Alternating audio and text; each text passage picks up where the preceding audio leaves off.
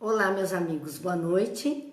Já vimos que alguns amigos estão aqui nos aguardando para essa noite de reflexões. Reflexões que temos feito em todas as noites sobre algumas obras espíritas que nos orientam, nos ajudam a pensar.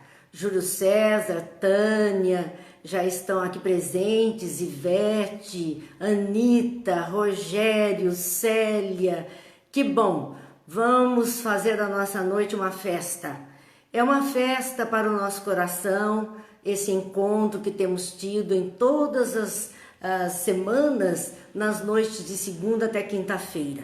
Cada noite uma obra, cada noite um estudo. Então agradecemos muito a Jesus, agradecemos muito a Deus, a oportunidade, Terezinha também aqui conosco, Dilza, nós agradecemos muito, Débora, que bom.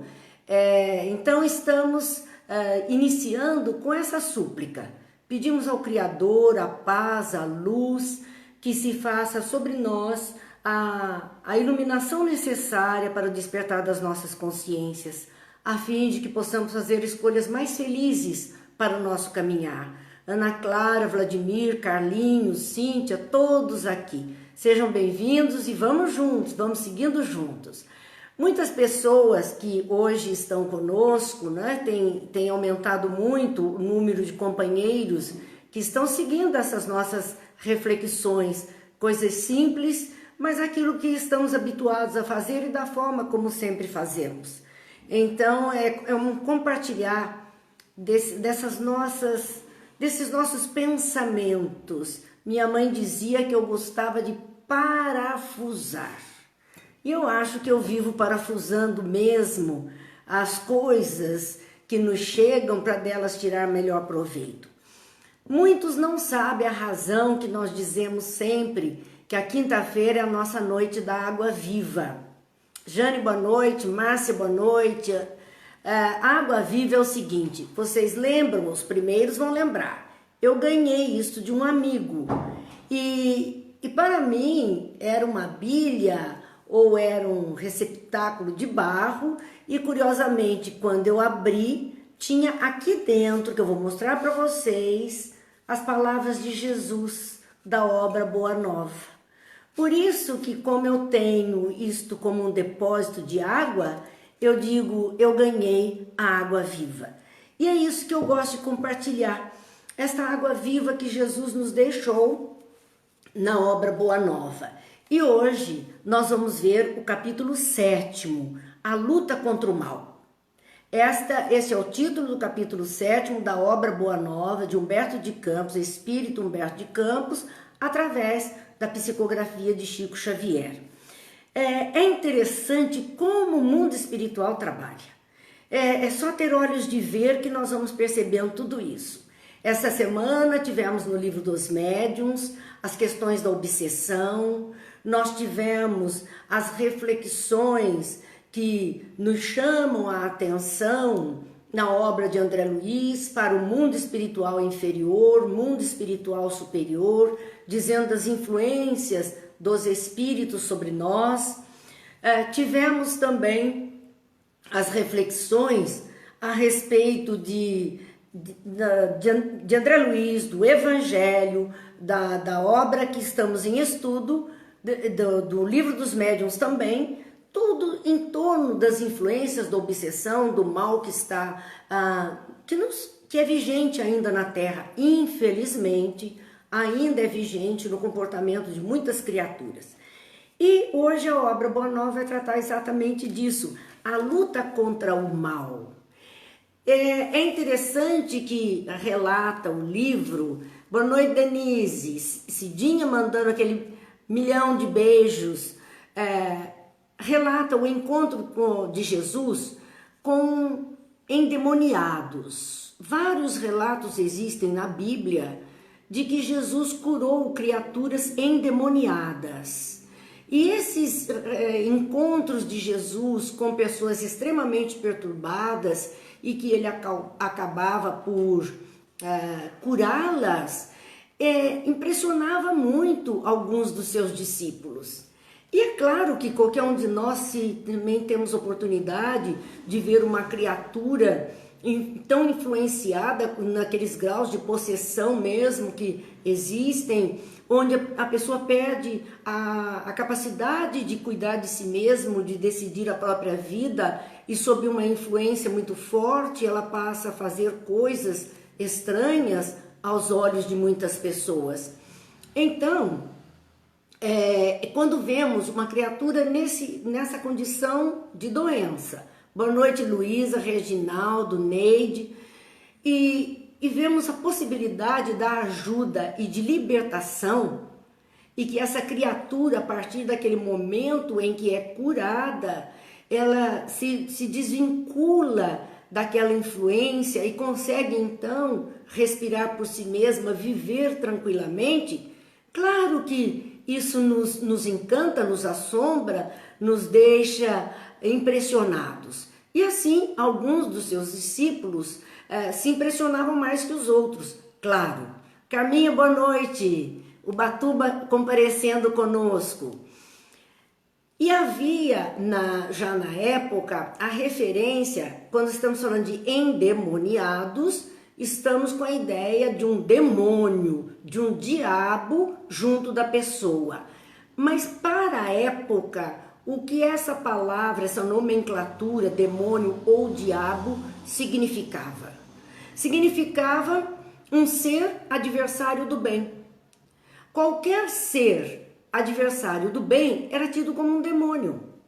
Então, às vezes, nós nos referimos assim a determinadas pessoas que se agradam de fazer a maldade, de dificultar o bem para os outros, e a gente diz, mas essa pessoa é um verdadeiro demônio?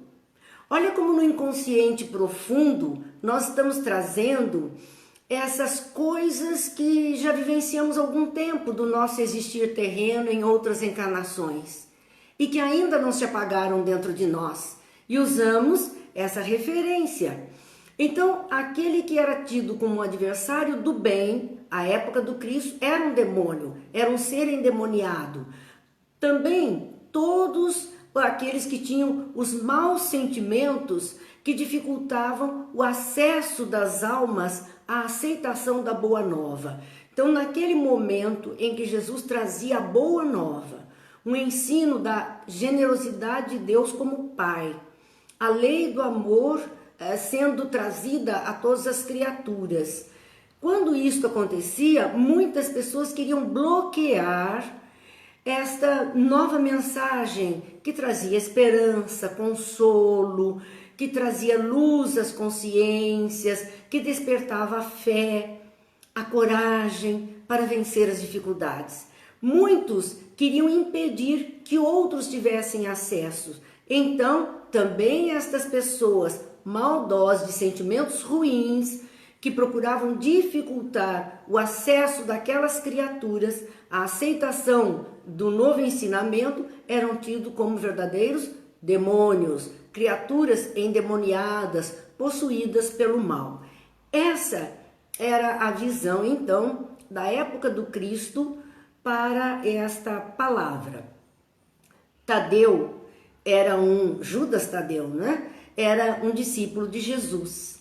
E era talvez aquele, conforme o relato do Boa Nova, o que mais se impressionava pelas cenas dolorosas das criaturas possuídas por entidades maléficas que se agrediam, que perturbavam os outros. Então ele ficava muito impressionado com esse sofrimento daquelas pessoas. Ele se impressionava ainda com os gritos que os espíritos emitiam quando eles eram afastados das pessoas. Então, as pessoas estavam ali mediunizadas, nós diríamos hoje, mas à época do Cristo, possuídas por um espírito mau, malfazejo, com desejo de fazer o mal, e mediante a força do Cristo, o magnetismo do Cristo e mesmo dos seus apóstolos, esses seres eram desimantados, desvinculados daquela criatura naquele momento. E estes espíritos se afastavam aos gritos, porque não queriam se afastar dali. Não queriam perder aquele hospedeiro que o conduzia para todos os lados. Então Judas se impressionava com isso, com esses gritos, e se impressionava também com o suspiro de alívio que os obsediados, agora livres, emitiam após ser tirado deles aquele peso, aquela carga, aqueles grilhões, aquelas perturbações. Eles respiravam, aliviados da carga que estavam carregando consigo. Então todo esse cenário era um cenário que impressionava muito a Judas Tadeu. Tadeu se impressionava com isso, a época dessas curas todas. E certo dia, quando o Cristo não estava, Tadeu tinha saído em tarefa com alguns seus companheiros, lhe apresentaram uma mulher obsediada, uma mulher com essas características, de uma manifestação de um espírito mau. E ele tentou de todas as formas livrar aquela mulher, afastar aquele espírito daquela mulher, e não conseguiu.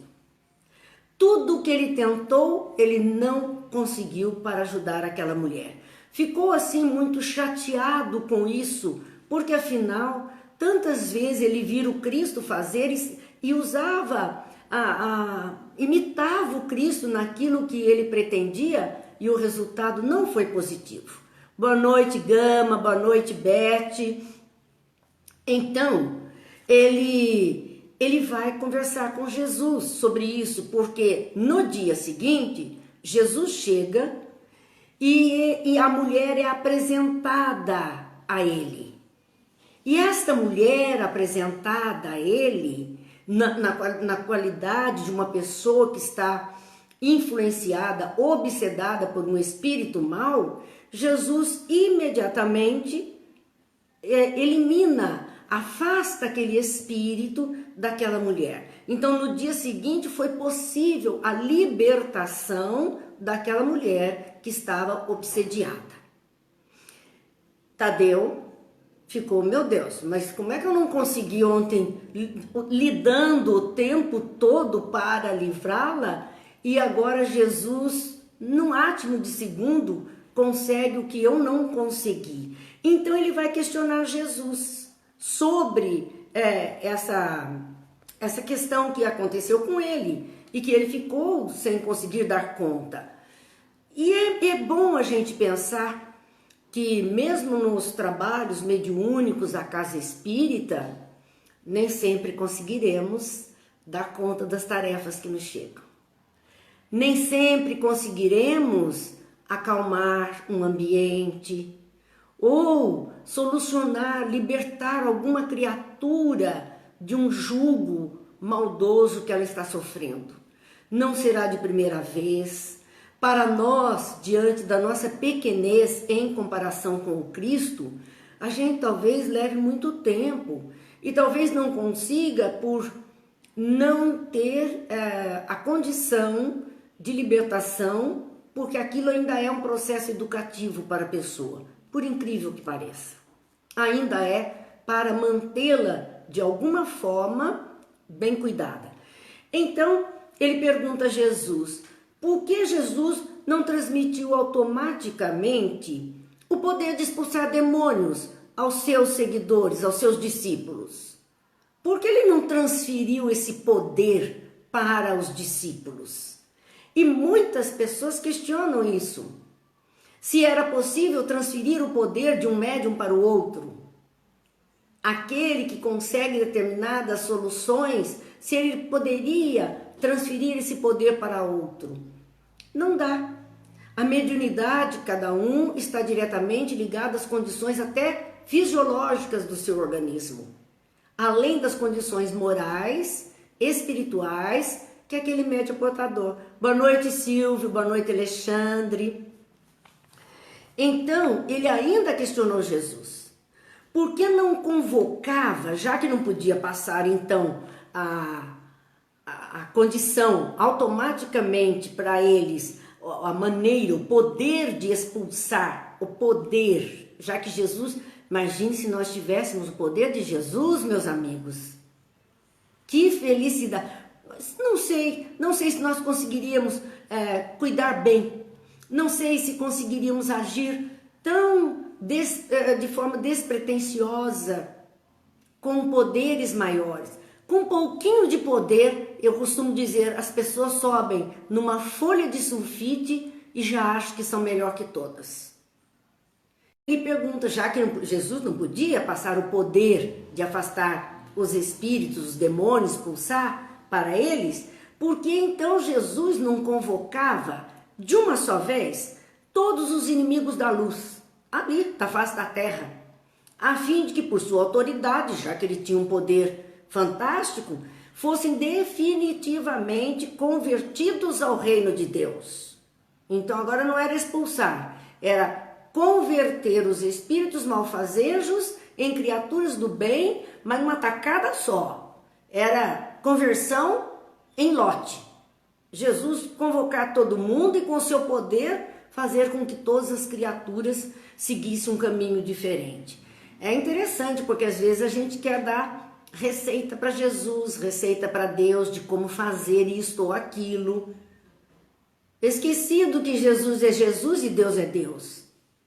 E que a nossa receita é tão pequenininha, quem somos nós para dizer o que é que Deus tem que fazer ou que Jesus teria que fazer na face da terra.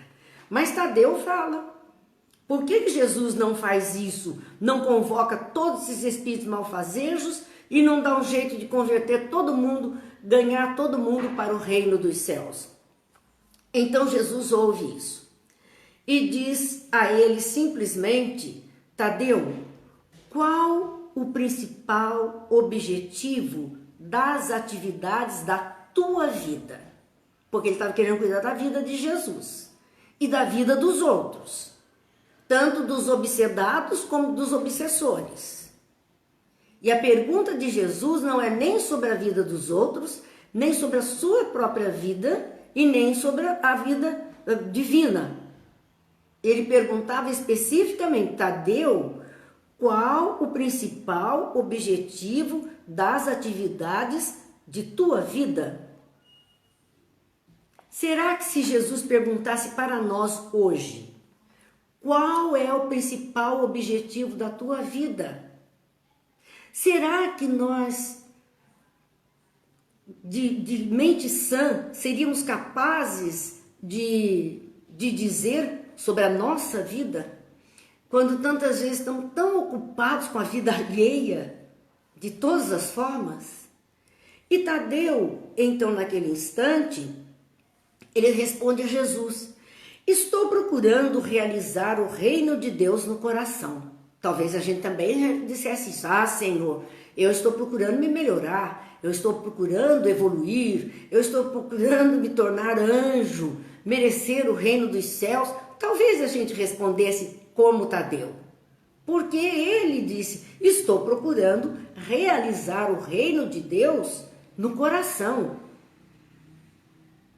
Aí Jesus diz a ele, se procuras semelhante realidade, por que a reclamas no adversário em primeiro lugar?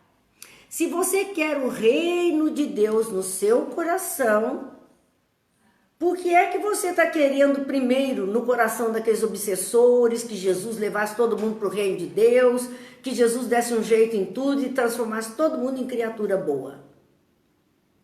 Então, o que você está tão ocupado com a vida dele que não cuida da sua? E Jesus diz mais a Tadeu, seria justo esqueceres as tuas próprias necessidades nesse sentido?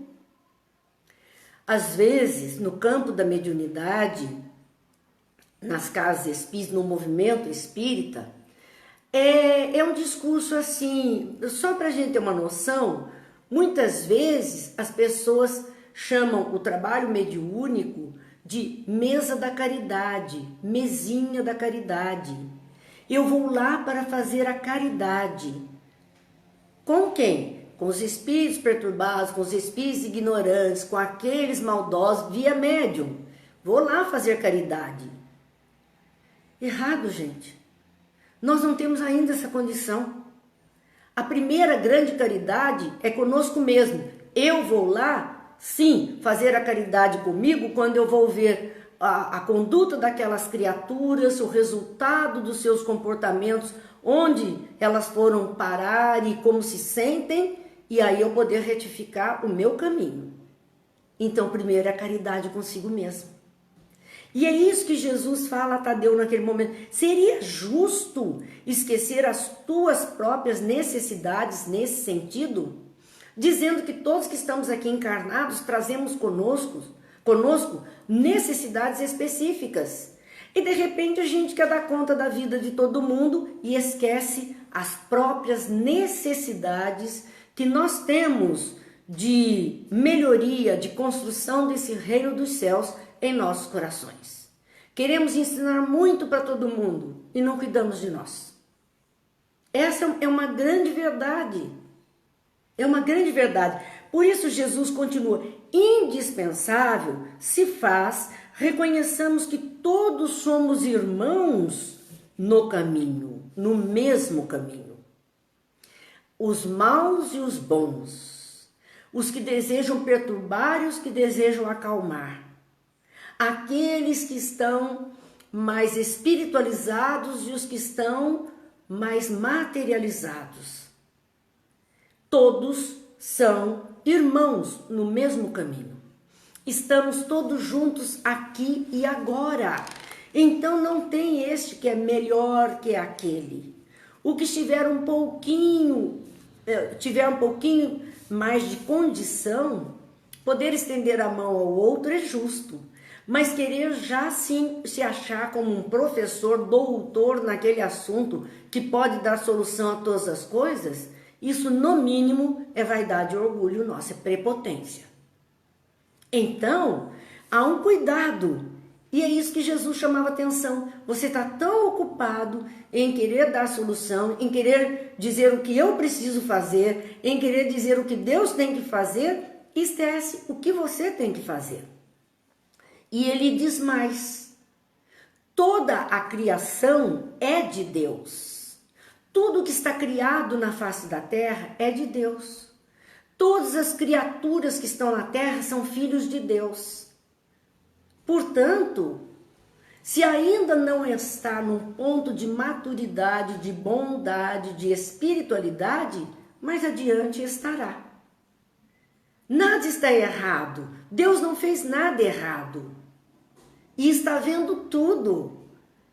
Então nós é que temos que prestar atenção. Diz: os que vestem a túnica do mal, diz Jesus a Tadeu, envergarão um dia a da redenção pelo bem.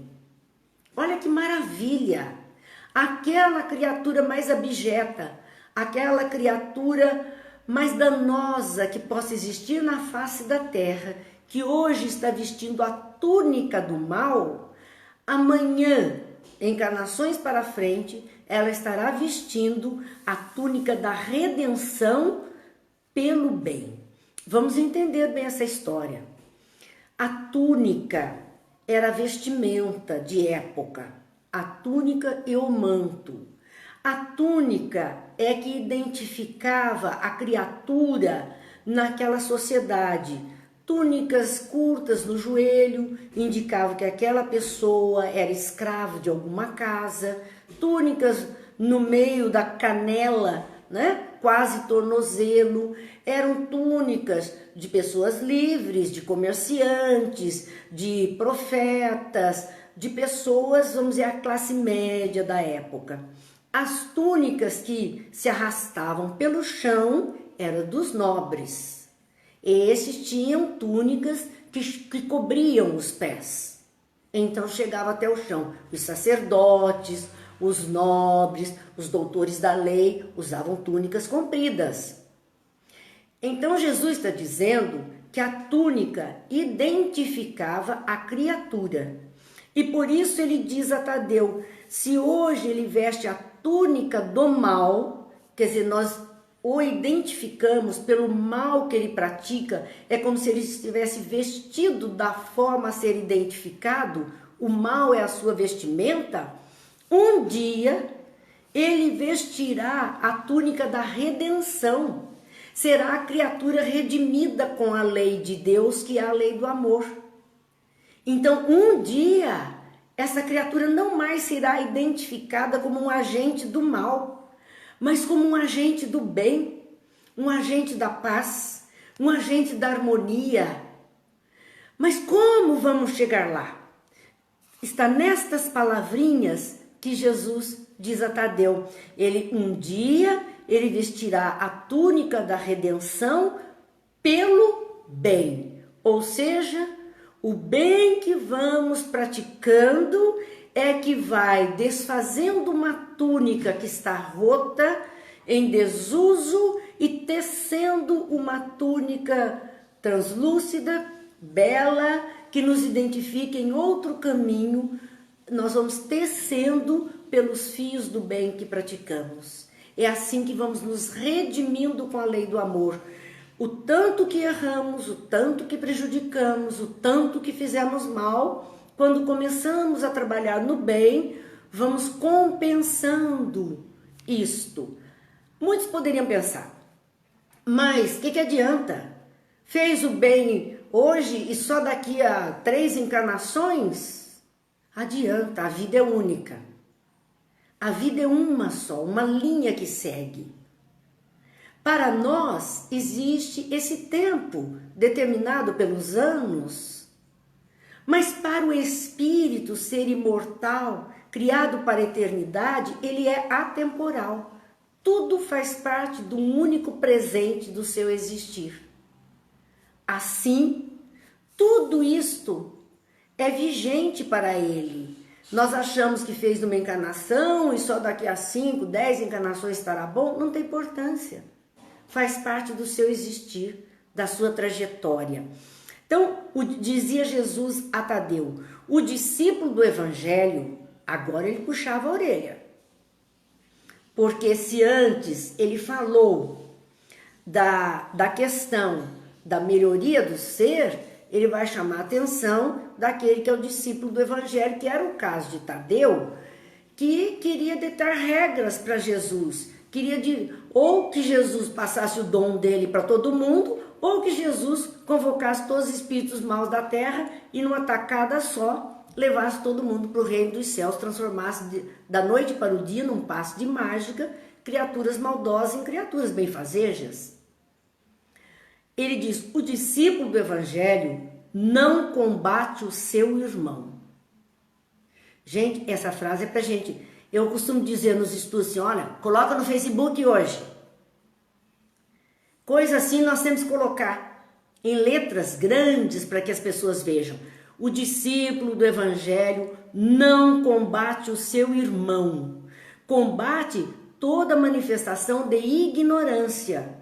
Não é a pessoa que é para ser combatida, é o mal que está envolvendo, o desconhecimento que exista, a ignorância dos fatos. Como é que nós combatemos a ignorância? Não é xingando a criatura que procede de forma ignorante.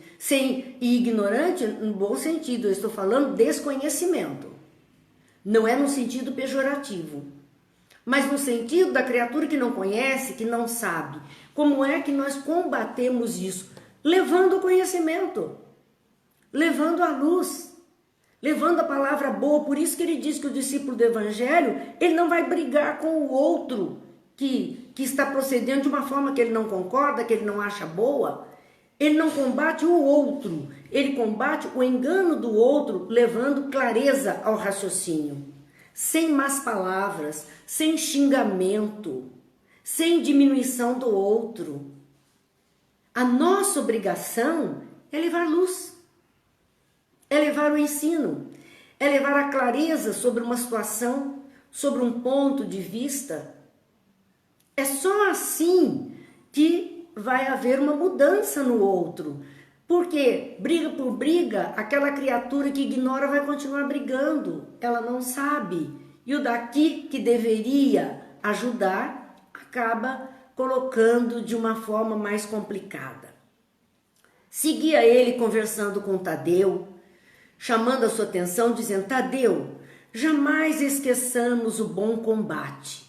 Então, o bom combate que é falado no Evangelho não é o combate de armas, não é combate de más palavras.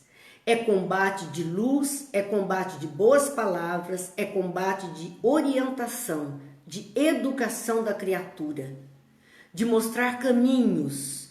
Esse é o bom combate, é trabalhar nas frentes do bem, com as armas que o bem propicia. E o bem propicia armas de luz, de amorosidade. Nós podemos ser firmes no nosso pensamento. Sim, somos firmes.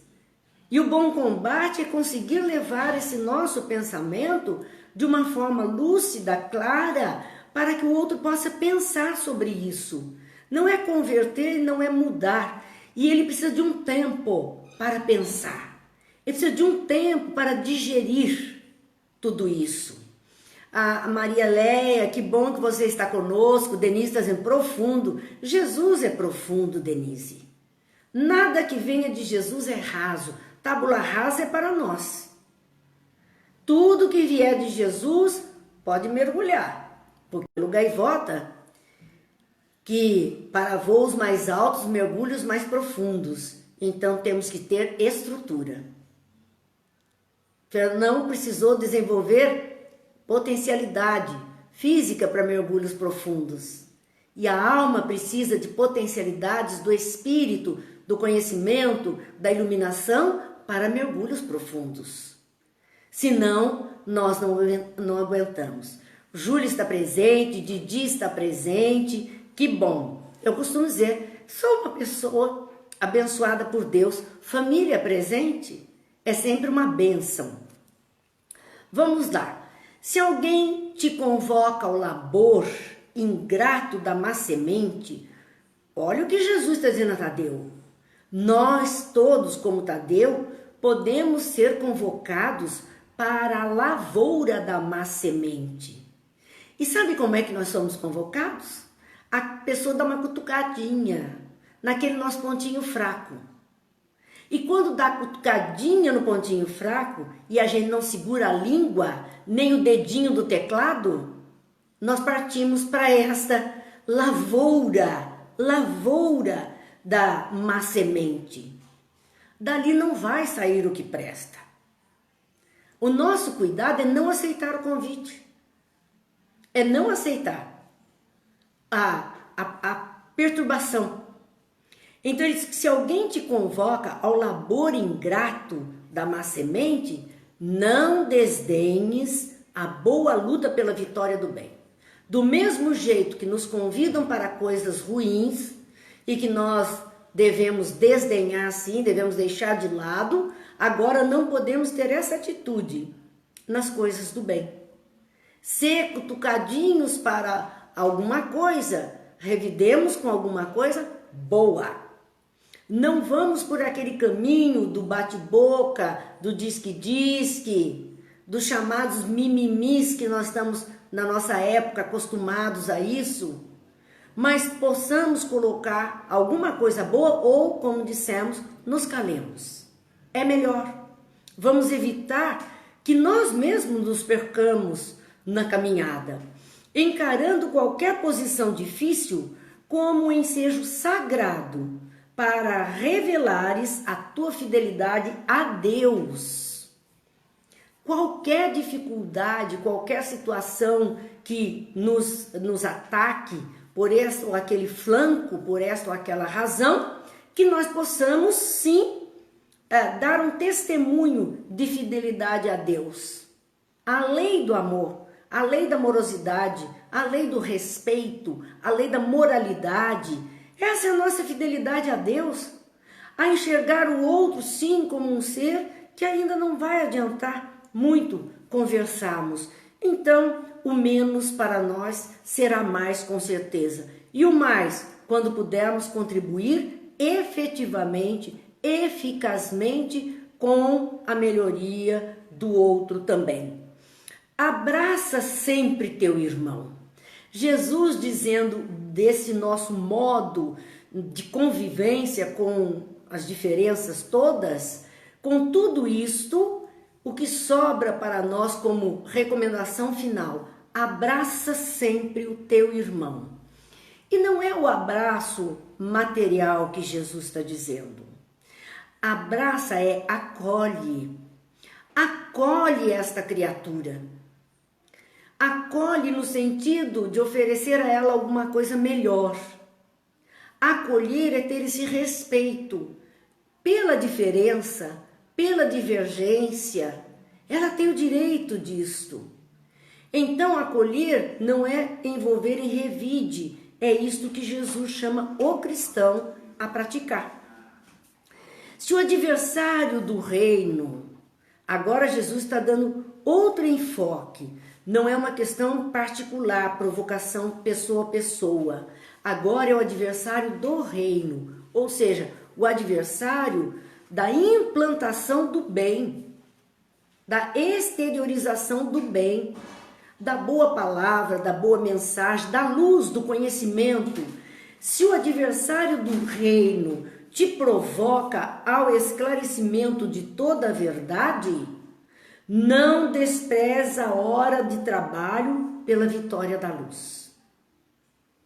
Se aquele que quer provocar, quer impedir e nos chama para este embate, educadamente, não nos furtemos de dar o nosso testemunho, não desprezemos, é hora de trabalho, é oportunidade de servir a causa do Cristo, a proposta divina, mesmo que seja com a nossa vibração, com a nossa oração, com o nosso pensamento mais positivo, não importa.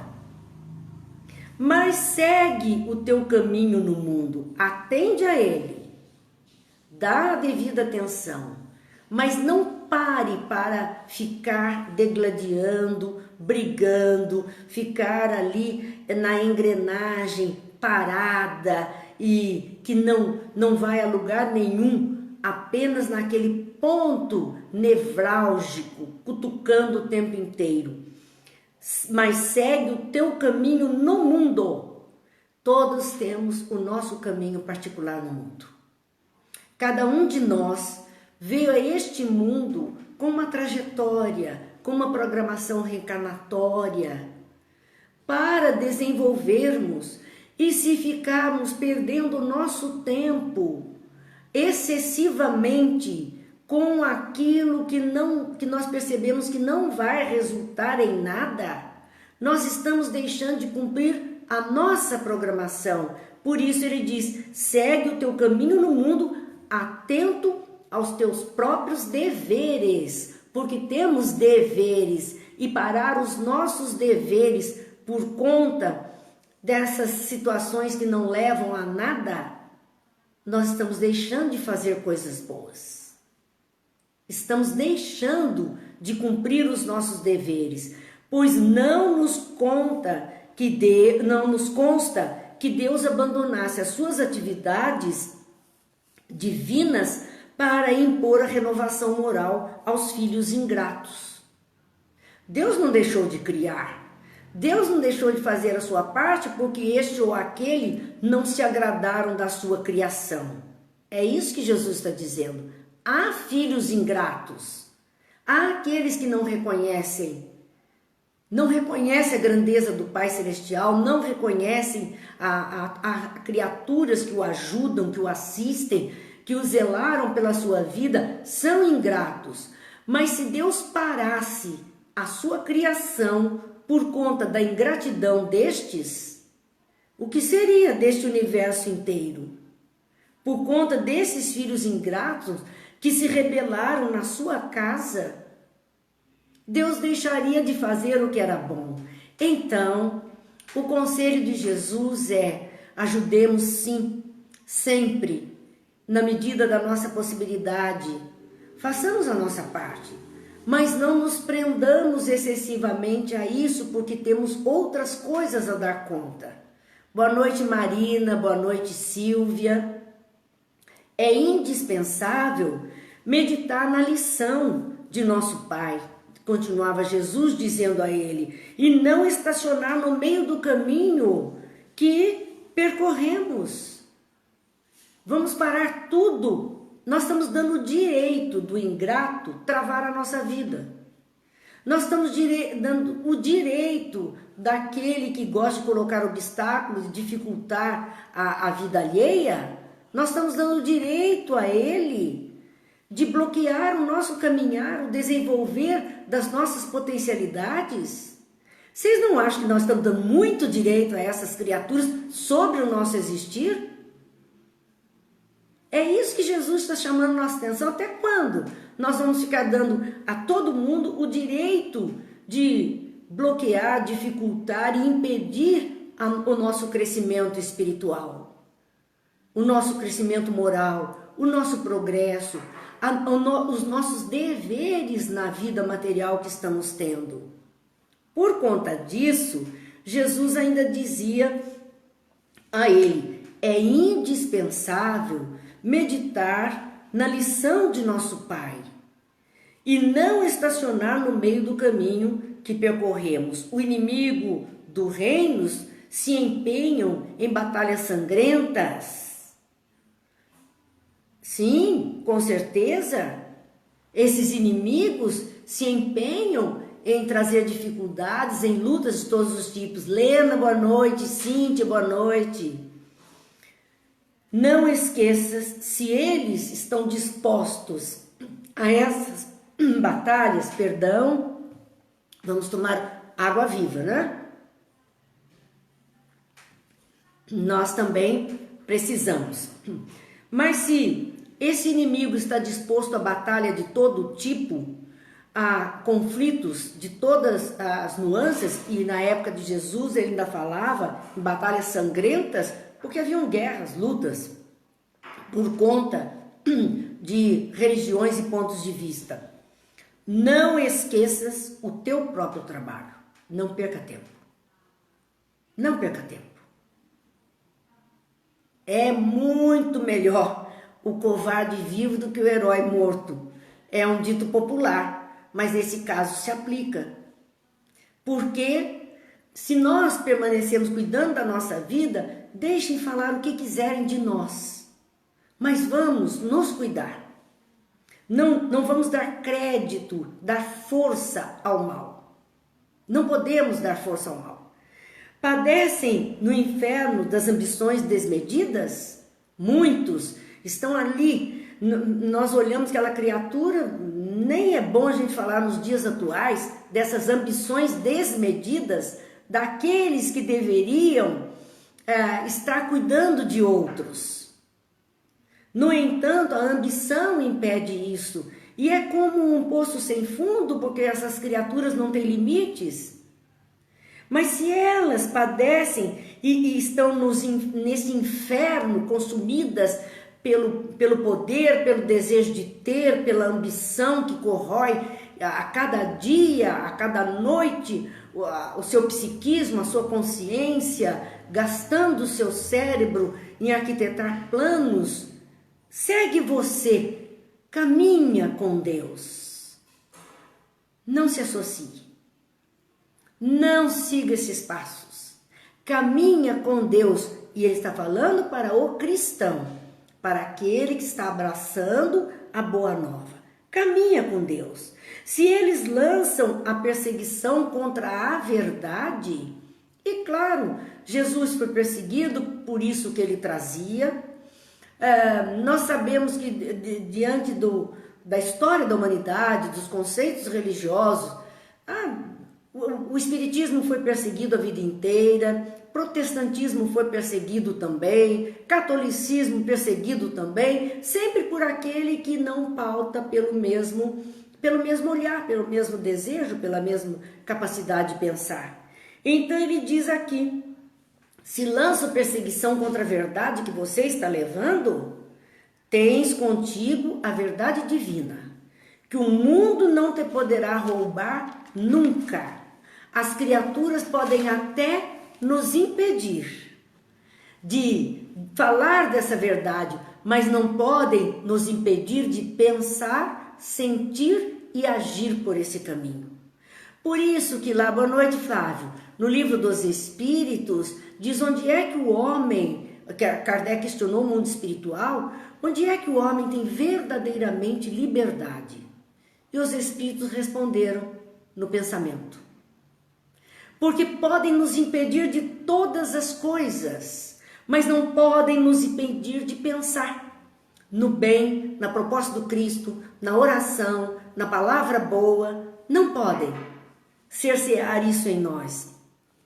Os grandes patrimônios da vida não pertencem às forças da terra, mas às dos céus. Os homens estão pensando em patrimônios terrenos, em forças terrenas, nessas lutas e guerras. Porém, as forças reais, elas são forças dos céus, são as forças da alma, as forças do espírito. É isso, Silvinha, a escolha é nossa. Somos nós que vamos escolher esse estado interior dos céus ou do inferno na própria consciência.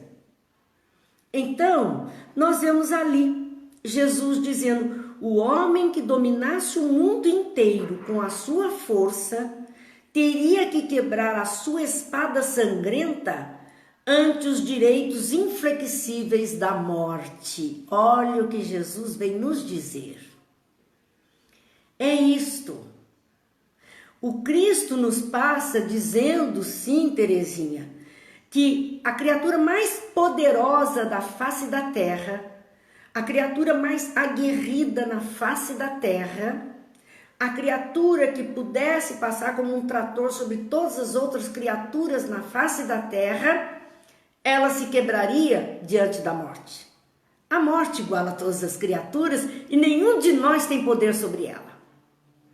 Nenhum de nós pode impedi-la no momento em que ela se apresente. Então é interessante ver isso. São direitos inflexíveis da morte e nem a criatura mais poderosa da terra escapará desses direitos.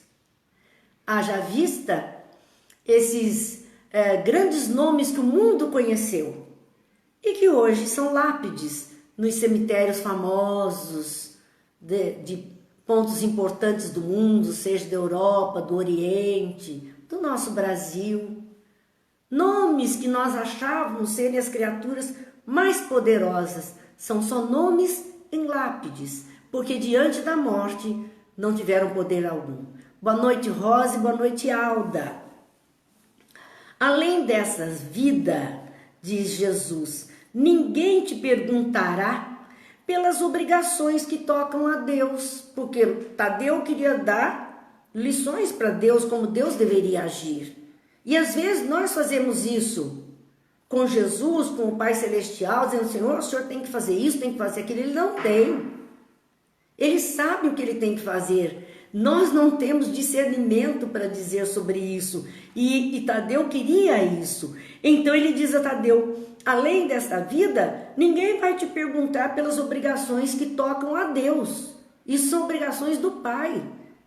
Ninguém vai perguntar sobre isso, mas unicamente vamos perguntar pelo mundo interior que te pertence, a ti mesmo, sob as vistas amoráveis de nosso Pai.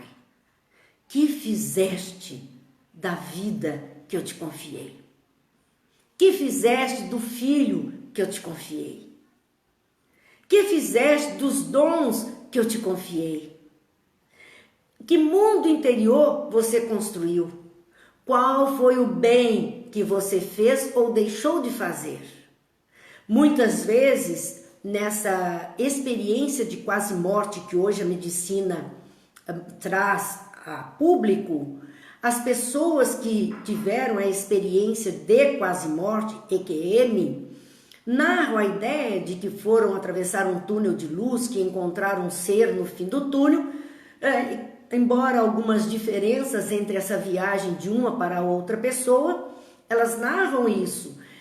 E elas dizem, todas, enfim, esse é um ponto comum, dizerem que elas foram questionadas sobre o que fizeram de bom ou deixaram de fazer. E se deixaram de fazer, muitas vezes elas têm a possibilidade de voltar. Então muitas ressurgem, fazem a ressurreição. Já tinham entrado numa parada cardíaca, já viveram aquela experiência e estão tendo a chance de voltar para fazer o bem que não fizeram, para dar conta da vida que não souberam conduzir até ali. É para isto. E é isso que Jesus diz. Eles não vão te perguntar o que é que Deus teria que fazer, vão perguntar o que você fez, do tempo que lhe foi concedido, da proposta que havia no seu existir. Então, meus amigos, é a hora que vamos morrer de vergonha. Meu Deus, eu deixei de fazer. Eu sabia que deveria fazer, me acomodei. Qual foi a tua obra? É isso aí, Silvia. O que nós vamos ter a apresentar como obra de nossa vida? O que é que estamos deixando como obra? Essa é a pergunta. Então, Jesus diz a Tadeu: aceita a luta sempre que fores julgado digno dela. Se algo chega até nós como uma dificuldade, é momentânea, aceita, é a luta do bom combate, luta para melhorar e não te esqueças em todas as circunstâncias de que construir é sempre melhor. É melhor construir do que destruir a criatura. É melhor ajudar na construção do bem do que destruir o bem que haja feito, ainda que seja em pequena proporção e que nós até achamos que nem vale a pena. Está valendo para alguém. É melhor construir. Vamos trabalhar, vamos fazer o melhor e ainda agradecer a Deus uma oportunidade que estamos tendo de realizar alguma coisa na nossa trajetória de vida. Meus amigos, vamos ter que parar o 7º capítulo aqui.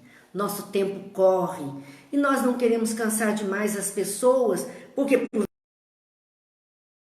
às vezes vão bater o dedinho para fazer uma ligação e estão aqui na nossa página, acabam comprometendo um pouquinho. É bom, é para a gente saber que é hora de encerrar mesmo, porque muitas vezes cansamos as pessoas, embora a gente goste muito dessa conversação toda, dessas reflexões, poderíamos passar a noite aqui, mas vamos fazer o que é melhor para todos, sim. Agradecendo então aos amigos, paramos no capítulo 7º do Boa Nova. Segunda-feira, se Deus quiser, retomamos os nossos estudos sempre às 8 horas. Que toda esta semana, onde tivemos essas reflexões sobre as influenciações e o nosso comportamento cristão, nós possamos repensar. Como dizemos, vão às obras, leiam o trecho em que nós estamos fazendo reflexões, porque nós vamos pensando o que o nosso olhar consegue perceber, mas não é tudo que está ali. Então, ao relermos, outras coisas vamos encontrar para melhoria do nosso caminhar, para que consigamos verdadeiramente agir de uma forma mais digna, mais ética, mais moralizada, mais cristã. Pedimos então aos amigos que, se porventura chegaram depois, qualquer coisa, já sabem, nossos estudos estão lá na página do Face, Grupo de Apoio aos Estudos Espíritas, ou lá no canal do YouTube Marina Ferri. E lá no canal, além de que elas estão todas separadinhas por livro, também há o PDF dos livros que nós estamos estudando. Então, quem não tem, pode fazer um download desse PDF e ter a obra para poder ler, consultar, refletir mais um pouquinho sobre isso. Agradecemos muito, amigos, a semana que estivemos juntos, todas essas noites. Eu confesso que eu sinto falta até segunda-feira, mas nós precisamos também dar um repouso às consciências, à nossa própria consciência, para pensar sobre tudo isso. Agradecemos e pedimos a Deus que abençoe a Jesus que ilumine a todos, a espiritualidade amiga que nos ampare diante dos conflitos, das dificuldades, das situações mais difíceis que nos chegam, para que consigamos sempre seguir o melhor caminho, verdadeiramente promover a paz, onde nós estamos semeando as primeiras sementinhas do reino dos céus, onde estivermos, a partir do nosso próprio coração. Que Deus abençoe, ilumine, proteja e guarde a todos vocês. Muita paz, boa noite, fiquem com Deus e até segunda-feira, se Deus quiser.